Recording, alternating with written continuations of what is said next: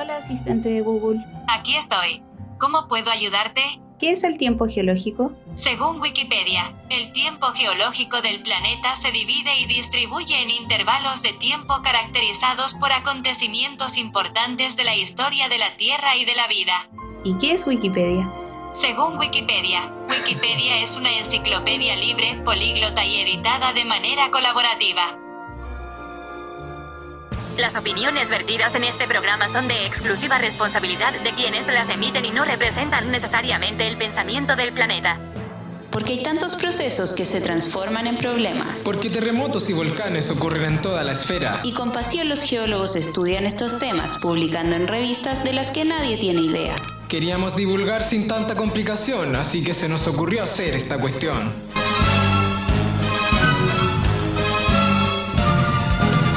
Había una vez una montaña. Donde antes hubo una laguna y una falla. Y fósiles regados por toda la playa. ¿Todo en el mismo lugar? Sí, todo eso y mucho más. Pongan los oídos pegados a su auricular, porque aquí comienza Esquirlas de Tierra, un programa para toda la familia.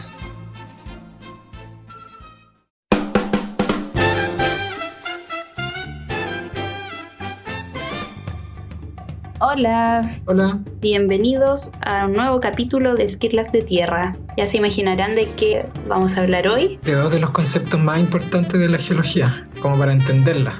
Dos de los más importantes y más abstractos. Los fundamentos, sí. Mi nombre es Nadia Xauras. Y yo soy... ¿cómo era yo? Está difícil. Sebastóteles. Ya que vamos a hacer un viaje en el tiempo, un recorrido histórico de cómo se fueron formando estos dos conceptos de tiempo geológico y la teoría de placas tectónicas. Y todo parte, como casi siempre, en Grecia. Viajemos a Grecia, al siglo V antes de Cristo.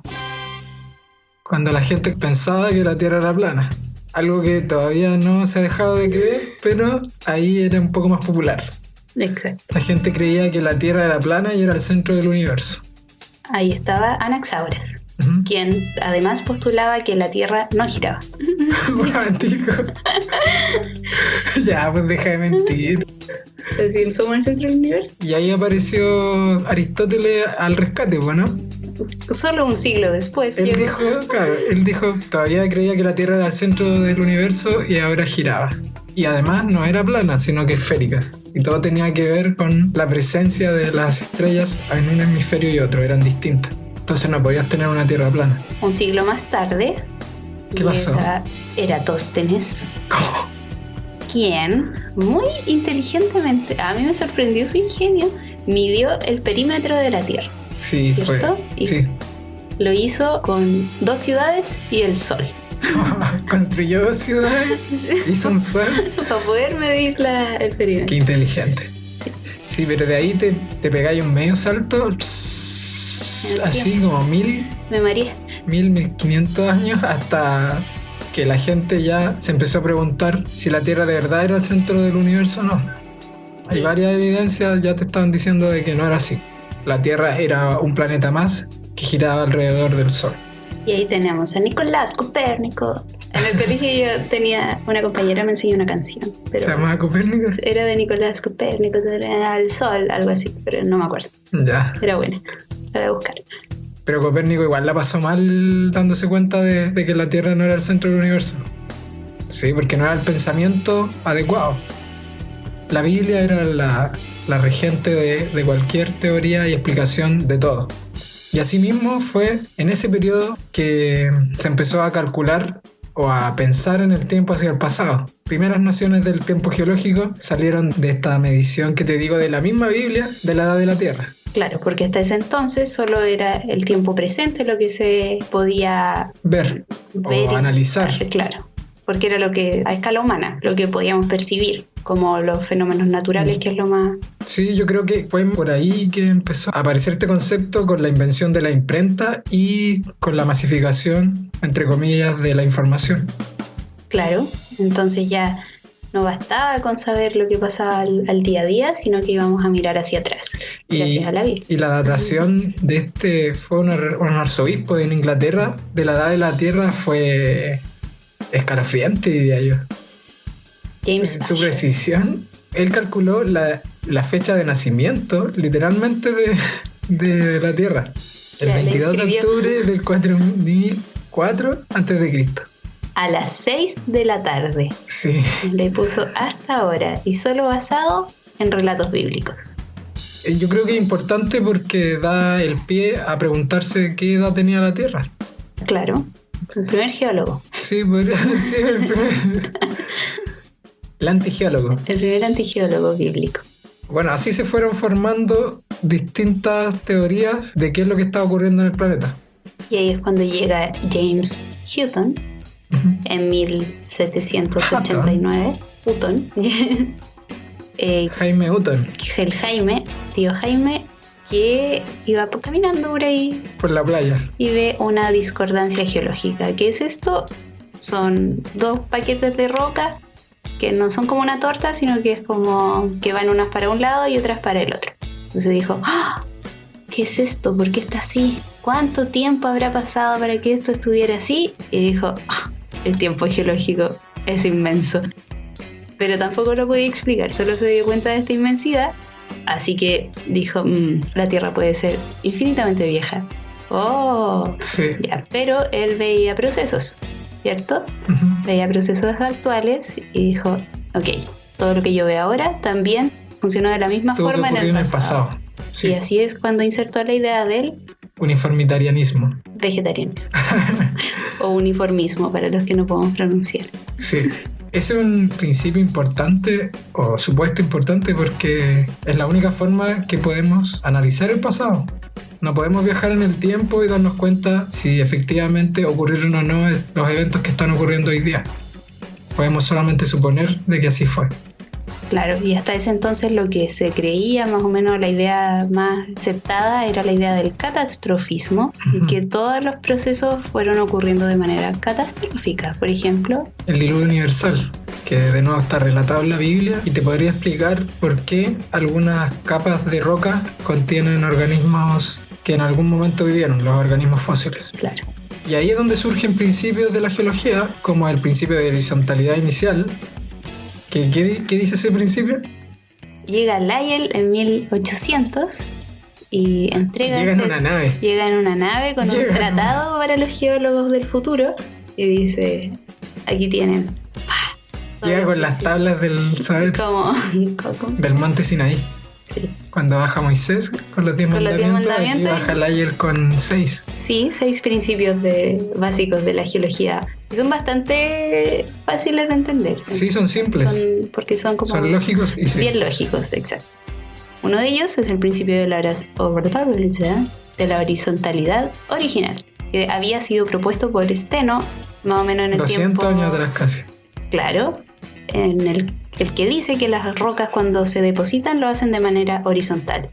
¿Cómo podemos ver esto? Una lava, por ejemplo, que fluye, no fluye para, ¿cierto? Entonces, No puede fluir para. puede fluir Tiene para. que ver con la gravedad. exacto. Lo mismo que otro principio, el que sigue, ¿cómo se llama? El principio de superposición de estratos. Y el que Ah. sigue, y el que sigue. ¿De qué eres? Check. Lord Farquaad. Sí. El principio de superposición nos dice que lo que está encima es lo más nuevo en una sucesión de rocas. ¿Cómo O sea que si tuvieras esta misma lava moviéndose, llega, se enfría, queda ahí, y si sale de nuevo de un volcán otra erupción con lavas, se va a poner sobre la lava que ya se está depositada. No puede ponerse por debajo. Lo mismo que si yo tengo mi pan con mantequilla y mermelada. Ujú. Le echáis mantequilla y encima le echáis la mermelada y después alguien llegara y viera ese pan. ¿Qué dirías de cómo lo echaste? ¿Echaste la mermelada primero o echaste la mantequilla? Mermelada, mantequilla y pan. No, mentira. Claro, ahí necesariamente la mantequilla es más Primero. vieja que la mermelada. Y eso ocurre con las rocas. Otro principio es el de intersección, en el que una capa de tierra.cl, que intersecta a otra, es más nueva. Ah, es como si estuviera dibujando a alguien y viniera una persona simpática y me lo rayara encima. Ojo. Podría decir que las rayas que él me hizo son más nuevas que el dibujo que yo estaba haciendo. Claro, eso ocurre con las. Sí. Otro principio es el de la inclusión, en el que a veces podemos observar rocas que contienen otras rocas. Y el principio dice que las que están adentro contenidas son más viejas que las de afuera. Eso lo puedes ver con el relleno de los bombones. Primero tuviste que construir el relleno para después recubrirla con la cobertura. Claro. Sería algo similar. Sí. Otro principio también es el principio de la sucesión faunística, que este es muy bueno. ¿Qué nos dice? Que las especies extintas no pueden repetirse.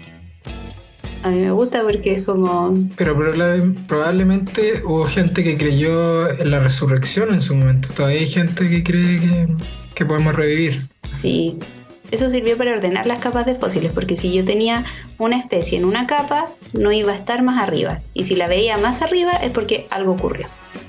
Y el último, hasta ese momento, era el principio de la identidad paleontológica, que nos dice que cada tiempo es caracterizado por un conjunto de fósiles. Eso te podría servir para ir por distintos lugares y ver que esta capa de roca que tiene los mismos fósiles que viste en tu viaje, estos viajes que se hacen introspectivos y de búsqueda del ser. De sí mismo, claro. En tus viajes de búsqueda del ser, tú podrías ir viendo rocas con los mismos fósiles en distintos lugares y que puedan ser de un mismo periodo de tiempo. Y así es como, gracias a estos principios, fuimos ordenando, pues se fue ordenando la sucesión de eventos y de rocas, claro. Y se genera esta escala relativa de tiempo, que funciona... Partimos del nacimiento de la Tierra y después fuimos ordenando qué es lo que estaba ocurriendo. Y por qué las rocas que estaban eran más viejas que otras que estaban en otro lado y así. Esto lo podemos entender de otra forma. Por ejemplo, si yo voy a traer a todos mis familiares. Tengo hartos tíos, primos, mi hermano, papás, abuelos. Uh-huh. Yo le digo a Sebastóteles, ordénalos. Yo podría decirte que tu papá es más viejo que tú y que tu hermano. Y que tu tío quizás es más viejo que tus primos. Entonces podría ordenar de esa manera a tu familia. Así los geólogos fueron ordenando las rocas que se encontraban. Sí. Después de ordenar a la familia... Después de ordenar a la familia de rocas, se fueron creando... De esta manera, con estos principios, se fueron creando periodos de tiempo. Se les fueron agregando nombres principalmente por el contenido fósil, que era parte de estos dos últimos principios, el que no se pueden repetir y que distintas rocas en distintos lugares pueden tener el mismo contenido fósil y decirnos que pertenecen a un mismo periodo de tiempo. Ahí nace el concepto o el tiempo cenozoico, mesozoico, paleozoico, caracterizado por un conjunto de fósiles. En este caso tenemos el paleozoico, que está predominantemente formado por vida marina, el mesozoico, en el que tenemos muchos reptiles, dinosaurios, amonites, y aparecen las plantas con flor. Al final. Y el cenozoico, que está dominado por los mamíferos. Y así, luego de tener estas concepciones de tiempo geológico más fundadas, fue que se empezó a trabajar en la búsqueda de la edad de la Tierra. Con más ahínco. Sí. Ya no podíamos soportar la idea de que la Tierra tenía 5.500 o 6.000 años. No podía, por lo que nos estaba diciendo las rocas. Hay procesos que no se podían generar en ese tiempo. Sí, y así empezó a envejecer, muy rápido. Primero teníamos esos 5.000 años o 6.000 años, luego 55 millones de años, hasta 99 millones de años, y seguía envejeciendo con cada vez más. Envejecía muy rápido. Sí, pobrecito, se ha sentido muy, muy vieja. Hasta que... ¿Qué ocurrió? Se descubrió la radiactividad. Nuestro salvador de los números. Nuestro reloj. Nuestro primer reloj natural. Sí. Y así. Y vivieron felices para siempre. Fin. Con esto, en 1905 se demostró que la radiactividad podía determinar la edad de las rocas. Y Arthur Holmes fue el primer estudiante que hizo las primeras dataciones geológicas absolutas. ¿Qué es una edad geológica absoluta? Es como en el mismo ejemplo de los familiares, uh-huh. Pedir el carnet de identidad. Claro, y ahí vamos a ver, tú tienes 15, tú tienes 55, aquí, Roca, tú tienes 60 millones de años. Ahí cuantificábamos cuándo ocurrieron los procesos Y con esta herramienta de la radioactividad pudimos descubrir la edad de las rocas utilizando diversos elementos. Uno de ellos y los más importantes hoy día es el uranio y su desintegración a plomo.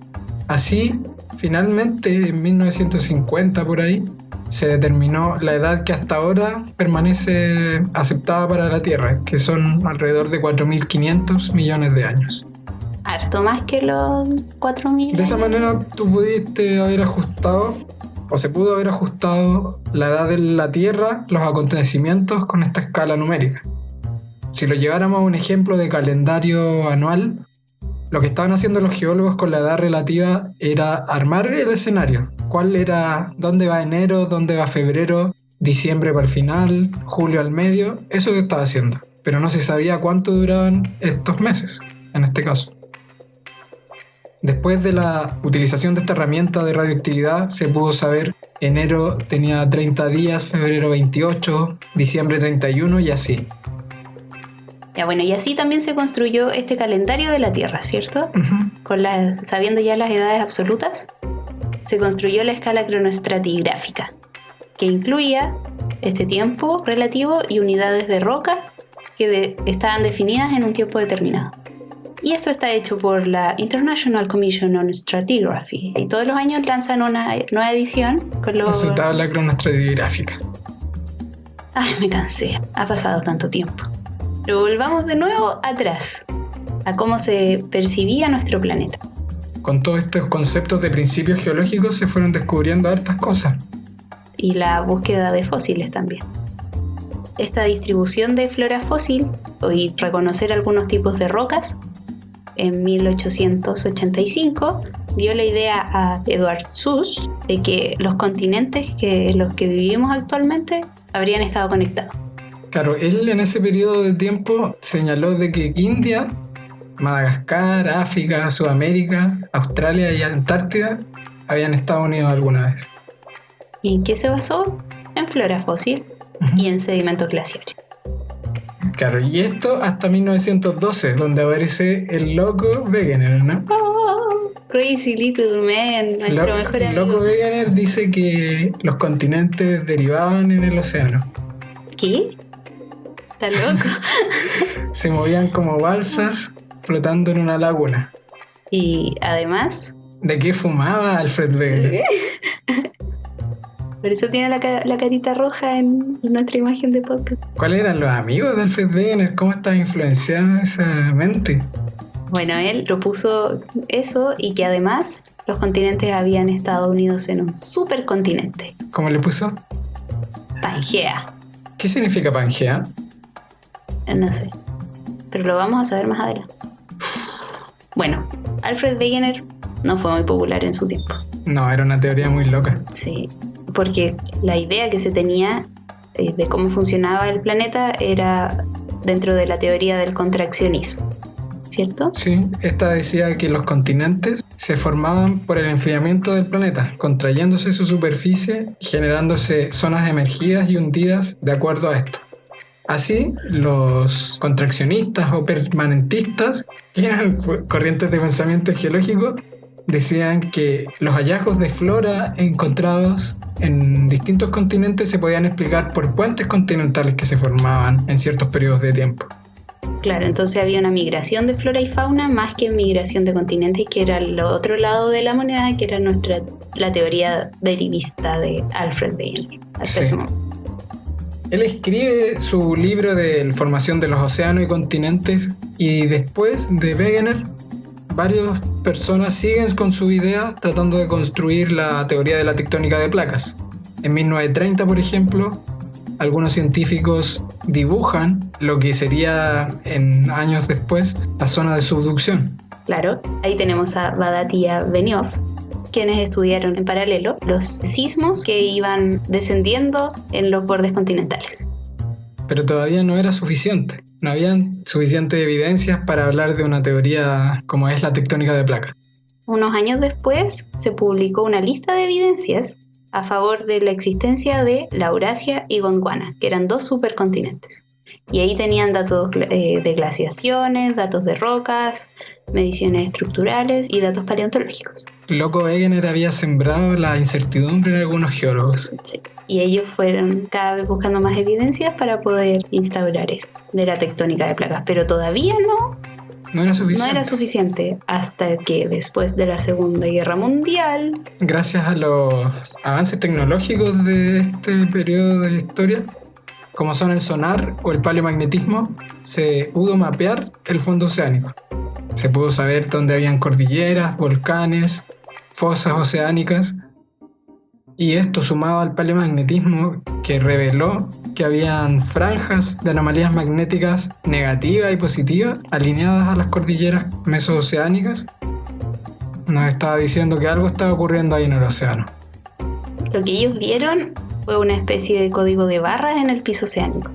Lo que se pensó entonces, y como se sabía que las inversiones de polaridad magnética en la Tierra ocurrían a ciertos intervalos, podía ser que el piso oceánico se estuviera moviendo y al momento de cristalizar las rocas en estas cordilleras que se encontraban, registraban la polaridad magnética de ese momento. Y así, al subir material desde el interior de la Tierra, esto desplazaba el piso del océano y movía las franjas de magnetismo. Alejándose y se iban construyendo una tras otra. Bueno, y con esto, finalmente, en la década del 70, por fin la comunidad científica aprobó o aceptó esta teoría de la tectónica de placas. Y recién ahí se reemplaza esta idea de la contracción y de la dilatación de la superficie por enfriamiento. Y Alfred Wegener sonrió. Alfred Wegener descansó en paz, ¿eh? Sí, imagínate cuántos años hay. Pasó de loco a rockstar. Sí, ahora tiene su grupo de rock. Entonces tenemos la teoría aceptada y tenemos placas tectónicas, ¿cierto? No eran los continentes que se movían, sino eran unas entidades mucho mayores. Bueno, y entonces, ¿qué son estas placas tectónicas? ¿Cierto? ¿Cómo las podemos imaginar? Porque en realidad tampoco es que estén así tan delimitadas. O sea, sabemos sus límites, o se interpretan sus límites, pero no es que uno pueda llegar y arrancar una placa entera y claro, sacarla. Esas cosas es difícil de verlas a ojo desnudo, como se dice. Claro, son más evidencias geofísicas las que nos van indicando dónde están los límites de placa. Sí, hay pocos límites que nosotros podemos ver en la superficie. Claro. Y ahí podríamos decir que hay 3 límites de placa. Los convergentes, que es donde la profundidad de los sismos nos estaba dibujando la superficie de la placa que se estaba hundiendo. Claro. Por ejemplo, convergente. Un tipo de convergencia. Es el caso de lo que ocurre en toda la orilla del Océano Pacífico. Prácticamente todo lo que está ahí es característica de un límite de placa convergente. Y sismos y volcanes. El resultado. Claro, es el resultado de un límite de placa convergente. Sí. También están los divergentes, que es donde se están separando estas placas, que es lo que ocurre en el Rift de África y en Islandia. Ahí podrías ver un límite de placa en superficie. Sí. Moviéndose. Tendrías que ser paciente, sí. Claro. ¿Y el límite final cuál es? El tercer límite es el transformante. Uh-huh. Donde el desplazamiento entre placas es paralelo a su límite. Exacto. Aquí no se separan ni se juntan, sino que es un desplazamiento de roce. De roce, claro, y una de estos límites es la famosa Falla San Andrés. Falla San Andrés, que Sí. tiene hasta una película. Bueno, ¿y cómo se dibujan todas estas placas en la superficie del planeta? Es como una pelota de fútbol, por ejemplo. Algo así. Pero Uh-huh. unas van hundiéndose bajo otras, las otras se van separando y otras van desplazándose entre sí lateralmente. Estos límites son los que al final te dan las características superficiales de su entorno. Si tú estás en un margen convergente, vas a tener volcanes y terremotos, como dijiste. Un límite divergente, lo más probable es que esté bajo el agua y que tenga estas cordilleras producto de que ahí asciende el material desde el interior de la Tierra y genera esta elevación. Bueno, y también puedes tener estas zonas de valles que ocurren en África. Claro. Esas son las características de esos límites. Ahora ya, nosotros dijimos que está el Rift de África, lo podemos ir a ver.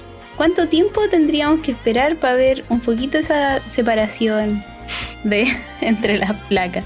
¿Qué tan veloz? Yo agarraría una cuadrilla de gente y lo pondría a lo largo de todo el límite de placa 2 años. para que esté bien medido, ¿no? Sí, sí. Sí, tiene que estar bien medido. Los pondría ahí 24/7. Si no existieran los GPS. Sí.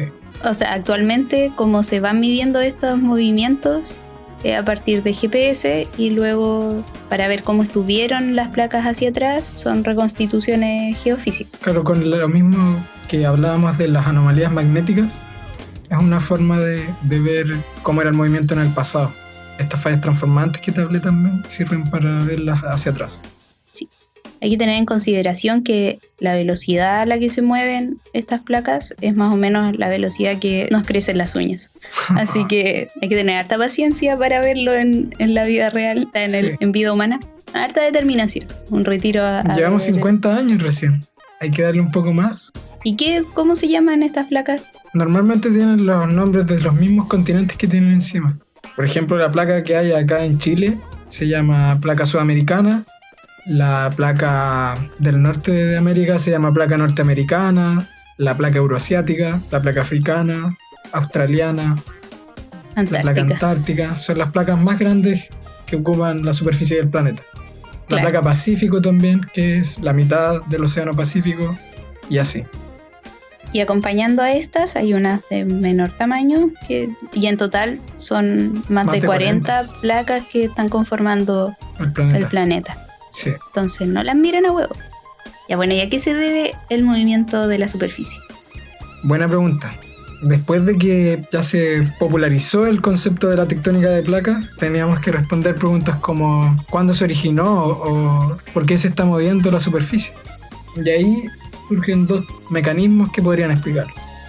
Uno es la convección del manto, que es la capa bajo la corteza y que ésta se estaría moviendo en grandes corrientes circulares que ascienden material caliente y al llegar arriba se enfría y se expande hacia los lados. Eso estaría impulsando la superficie como una especie de cinta transportadora. Pero otras personas dicen que las zonas donde las placas se hunden, este tiro hacia abajo por la gravedad estaría también gatillando el movimiento. Sería como cuando tú pones una cadena, no sé, en el borde de una mesa y empieza a caer. Se cae y cae más rápido y cae todo. Entonces esas cosas estarían moviendo la superficie del planeta. Y a su vez mueven los continentes. Sí. Como poner algún objeto en una alfombra y uno tira la alfombra, se va a mover lo que hay arriba de la alfombra. Después de que Wegener nombrara a Pangea, hasta ahora se han encontrado al menos 6 supercontinentes y se cree que estos se forman al menos cada 500 millones de años. Ahí podría encontrar diversos nombres para atrás. Todos Empezamos podríamos por Pangea. Ay, son súper raros. Sí, ¿cuál más tenés? Nuna, Nuna, Panoptia, ¿Cómo que? Rodinia. Rodinia, no sé. A mí me gusta Ur.